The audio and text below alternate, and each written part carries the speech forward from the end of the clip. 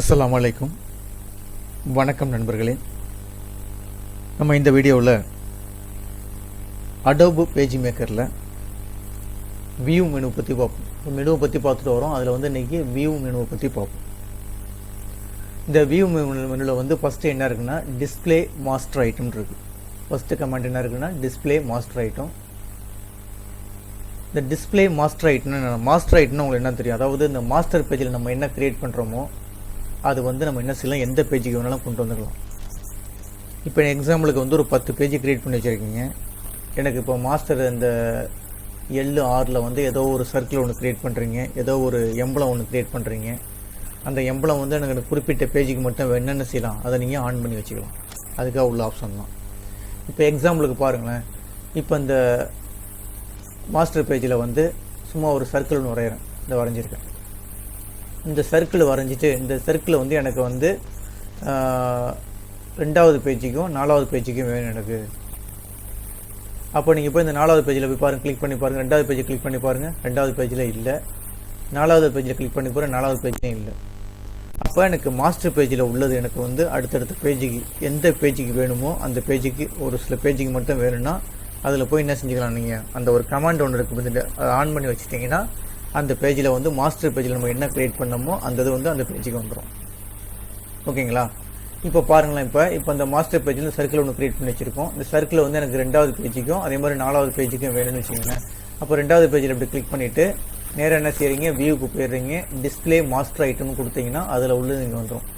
Master ஐட்டத்தில் நம்ம என்ன க்ரியேட் பண்ணி வச்சுக்கலாம் அது இங்கே வந்துடும். இப்போ எனக்கு 4வதுல வேணால் 4வதுல ஜஸ்ட்டு கிளிக் பண்ணிவிட்டு அதில் போய் எனக்கு வியூவில் போய் டிஸ்பிளே மாஸ்டர் ஐட்டம் கொடுத்து 4வதுல வந்துடும். இந்த மாதிரி நம்ம என்ன செஞ்சுக்கலாம், க்ரியேட் பண்ணிக்கலாம். இப்போ அதை நீங்கள் இங்கேருந்து போய் டெலிட் பண்ண முடியாது, இப்போ இதை கிளிக் பண்ண முடியாது. ஏன்னா நம்ம இங்கேருந்து எடுத்துருக்கோம், மாஸ்டர் பேஜ்லேருந்து எடுத்துருக்கோம். அதனால் இதை ஒன்றுமே செய்ய முடியாது, கிளிக் பண்ண முடியாது. அப்போ இதை ரிமூவ் பண்ணணும்னா என்ன செய்யணும்னா இதை திருப்பி விட்டிங்கன்னா போயிடும். அதை திருப்பி ரிமூவ் பண்ணி விட்டிங்கன்னா போயிடும் அது. ஓகேங்களா? திருப்பி அதை டிக்கெட் எடுத்து விட்டிங்கன்னா போயிடும். ஓகேங்களா? இப்போ இதில் வேணால் டோட்டலாக இங்கே தூக்கிட்டிங்கன்னா இப்போ எல்லாத்துலேயுமே போயிடும். அந்த மாதிரி வேணும் பண்ணிக்கலாம். இதான் என்ன சொல்கிறது, டிஸ்பிளே மாஸ்டர் பேஜ். அப்போ மாஸ்டர் பேஜில் நம்ம ஒன்று க்ரியேட் பண்ணி வச்சுக்கிறத நம்ம வேணுங்கிற பேஜுக்கு செய்யலாம். இந்த ஆப்ஷனை நீங்கள் டிக் பண்ணி வச்சிங்கன்னா அந்த பேஜில் மாஸ்டர் பேஜில் என்ன க்ரியேட் பண்ணியிருக்கோமோ அது எந்தெந்த பேஜுக்கு வேணுமோ அந்தந்த பேஜுக்கு நீங்கள் கொண்டு வந்துக்கலாம். ஓகே. அடுத்தது டிஸ்பிளே நான் பிரிண்டிங் ஐட்டம். இந்த நான் பிரிண்டிங் ஐட்டம்னா என்னென்னா நான் ஆல்ரெடி சொல்லியிருக்கேன். இதில் சொல்லியிருக்கேன் எலமெண்ட்டில் சொல்லியிருப்பேன் நான் பிரிண்டிங் ஐட்டம்னு. இப்போ எக்ஸாம்பிளுக்கு இந்த இடத்துல ஒரு சர்க்கிள் ஒன்று போட்டிருக்கேன். அதே மாதிரி சில இந்த மாதிரி பாலிகான் போட்டிருக்கேன். இந்த ஸ்கொயர் ஒன்று போட்டிருக்கேன்னு வச்சுக்கோங்களேன். இந்த ஸ்கொயர் ஒன்று போட்டிருக்கேன். இப்போ எனக்கு பிரிண்டிங்கில் இந்த ஸ்கொயர் மட்டும் தேவையில்லை. இப்போ இந்த ஒரு A4 பேப்பரில் இந்த 3 டிராயிங் வரைஞ்சி வச்சுருக்கேன். இப்போ இதில் எனக்கு என்ன வேணாம், பிரிண்டிங்கில் எனக்கு இது மட்டும் பிரிண்டிங் மட்டும் பண்ண வேண்டாம், ஆனால் அதை எரேஸ் பண்ண வேணாம், எனக்கு பிரிண்டிங் மட்டும் தேவையில்லை. அப்போ இதை செலெக்ஷன் பண்ணிவிட்டு எலமெண்ட்டில் போய் நான் பிரிண்டிங்னு கொடுத்துட்டிங்கன்னா என்ன செஞ்சிடும், அதை மட்டும் பிரிண்டிங்கில் காட்டாது. என்ன செஞ்சிடும், பிரிண்டிங்கில் வராது. பாக்கி 2 மட்டும்தான் பிரிண்டிங்கில் வரும், அது பிரிண்டிங்கில் வராது. சரி, இங்கே உள்ள மேட்ரை காணும். இந்த மேட்ரு நமக்கு தெரியும்னு வச்சிங்களேன்.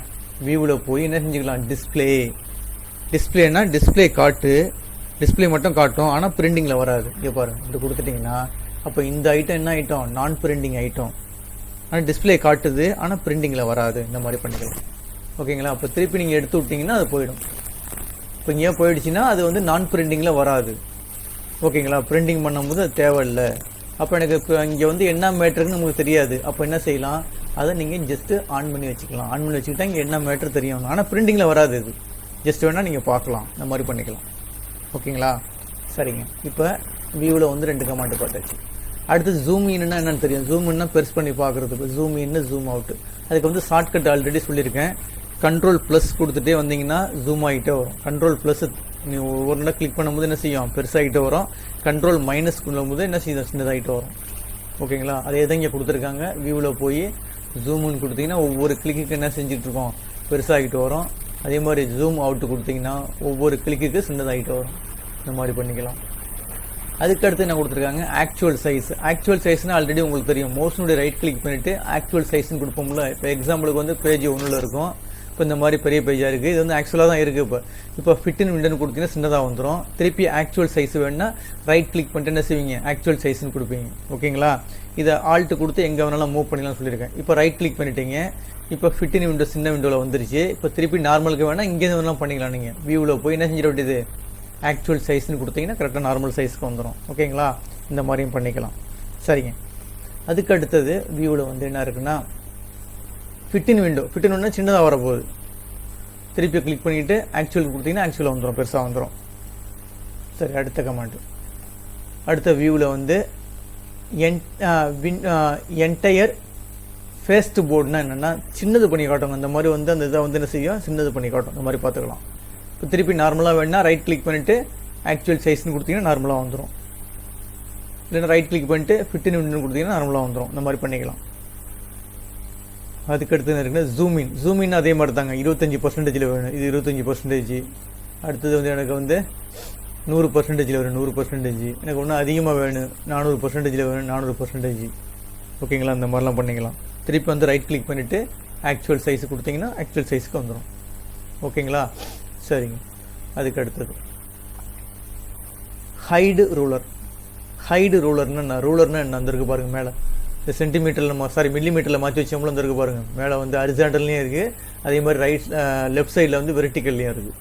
இதை வந்து நம்ம என்ன செய்யலாம், அந்த ரூலரை வந்து நம்ம ஹைடு பண்ணி வச்சுக்கலாம். ஹைடு பண்ண அப்படி பண்ணுறது, இப்போ வியூவில் போய் ஹைடு ரூலர்னு கொடுத்தீங்கன்னா அந்த ரூலர் காணா போயிடும்.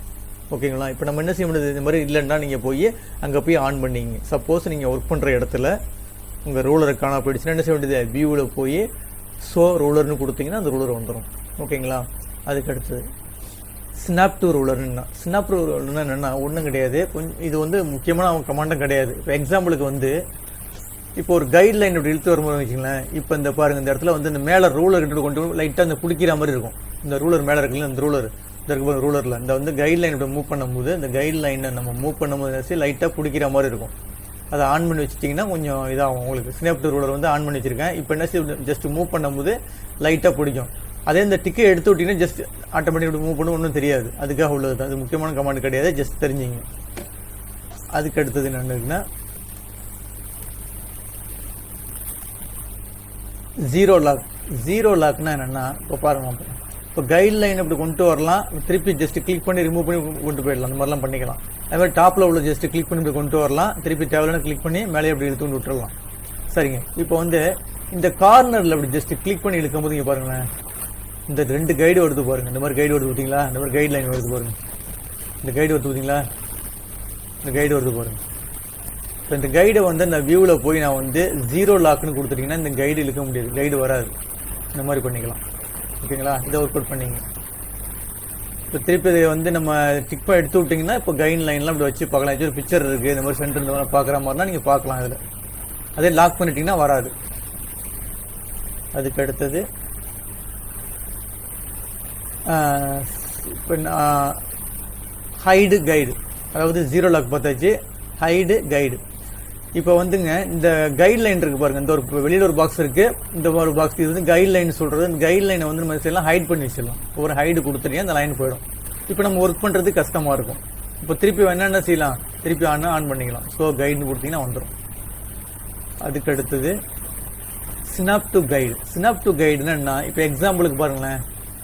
இப்போ நான் இப்படி ஒரு கைட்லைன் போட்டிருக்கேன். கைட்லைன் போட்டிருக்கேன், போட்டுட்டு இப்படி ஒரு பாக்ஸ் ஒன்று போட்டிருக்கேன். பாக்ஸ் போட்டுட்டு இப்போ நான் வியூவில் வந்து இந்த ஸ்னாப் டு கைடை வந்து நான் டிக் பண்ணலை. இப்போ இந்த பிக்சர் அப்படி மூவ் பண்ணும் போது நம்ம ஈஸியாக அப்படி மூவ் பண்ணலாங்க. இப்படி ஈஸியாக மூவ் ஆகுது பாருங்கள், இப்படி ஈஸியாக மூவ் ஆகுது.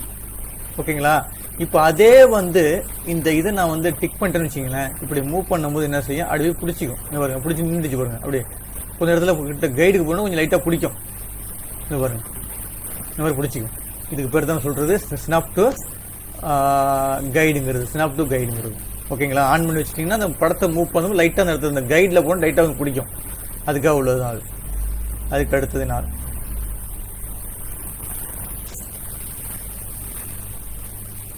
அடுத்தது லாக் கைடு. இந்த கைடு இருக்குல்ல, அந்த கைடை வந்து இப்படி வந்து மூவ் பண்ணுறேன் பாருங்கள். இந்த கைடை மூவ் பண்ணுறேன். இந்த கைடை மூவ் பண்ணாமல் லாக் பண்ணி வச்சுக்கலாம். வியூவில் போய் லாக் கைடுன்னு கொடுத்துட்டிங்கன்னா அந்த கைடை வந்து மூவ் பண்ண முடியுது, நவராது இப்போ அது. ஓகேங்களா, இப்போ அந்த கைடை வந்து என்ன செய்ய நம்ம நமர்த்த முடியாது, அப்படியே வந்து லாக் பண்ணி வச்சாச்சு. இப்போ திருப்பி தேவையில்லைன்னா என்ன செஞ்சிடலாம், திருப்பி ஜஸ்ட் கிளிக் பண்ணிங்கன்னா இப்போ வந்து இந்த கைடு வந்து நான் வரும். இந்த மாதிரி பண்ணிக்கலாம். அதுக்கு அடுத்தது லாக் கைடு பார்த்தாச்சு. Clear ruler guide. இப்போ வந்து இந்த கைடு இருக்குது, இந்த கைடு தேவையில்லைன்னா ஜஸ்ட் என்ன செய்வோம், நம்ம இப்படி கிளிக் பண்ணி இப்படி மூவ் பண்ணுவோம். இப்படி மூவ் பண்ணும்ல, அதுக்கு பதில் என்ன செஞ்சுக்கலாம், இந்த கமாண்டை கொடுத்தீங்கன்னா உடைய போயிடும். இந்த கமாண்டை கொடுத்தீங்கன்னா மறைஞ்சிடும், நம்ம இழுக்க வேண்டிய தேவை கிடையாது. அடுத்தது நெக்ஸ்ட் வந்துன்னா சென்ட் கைடு டு பேக். இப்போ பாருங்களேன், இப்போ நான் ஒரு படம் ஒன்று வரைகிறேன்னு வச்சிங்களேன், படம் வரைஞ்சிருக்கேன். இப்போ கொஞ்சம் தடிமாக்கினா என்ன செய்வீங்க, மொத்தமாக்கினா என்ன செய்வீங்க, ஸ்ட்ரோக்கு மொத்தமாக கொடுத்துட்டேன். ஓகேங்களா, ஸ்ட்ரோக்கு மொத்தமாக கொடுத்துட்டு இப்போ கைட் லைன் எடுக்கிறேன்னு வச்சிங்களேன். இப்போ கைட் லைனை இழுத்துருக்கேன். இப்போ கைடு எப்படிங்க இருக்குது, எது மேலே இருக்குது எது கீழே இருக்குது. கைடு வந்து மேலே இருக்குது, சர்க்கிள் அதாவது ஸ்கொயர் ரெக்டாங்கிள் வந்து பின்னாடி இருக்குது. ஓகேங்களா, ரெக்டாங்கிள் வந்து பின்னாடி இருக்குது, கைடு வந்து மேலே இருக்குது. இதை நம்ம என்ன செய்யலாம், இந்த ரெக்டாங்கிளை வந்து மேலே கொண்டு வந்துட்டு கைடை வந்து பின்னாடி கொண்டு வரலாம். அந்த மாதிரி உள்ள கமாண்டுக்கு தான்.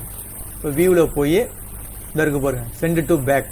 பேக்குன்னு கொடுத்தீங்கன்னா என்ன செஞ்சிடும், இப்போ பேக்கில் போயிடுச்சு. நீங்கள் பாருங்க, நல்லா பாருங்கள், பேக்கில் போயிடுச்சு. அதாவது கைட் லைன் வந்து பேக்கில் இருக்குது.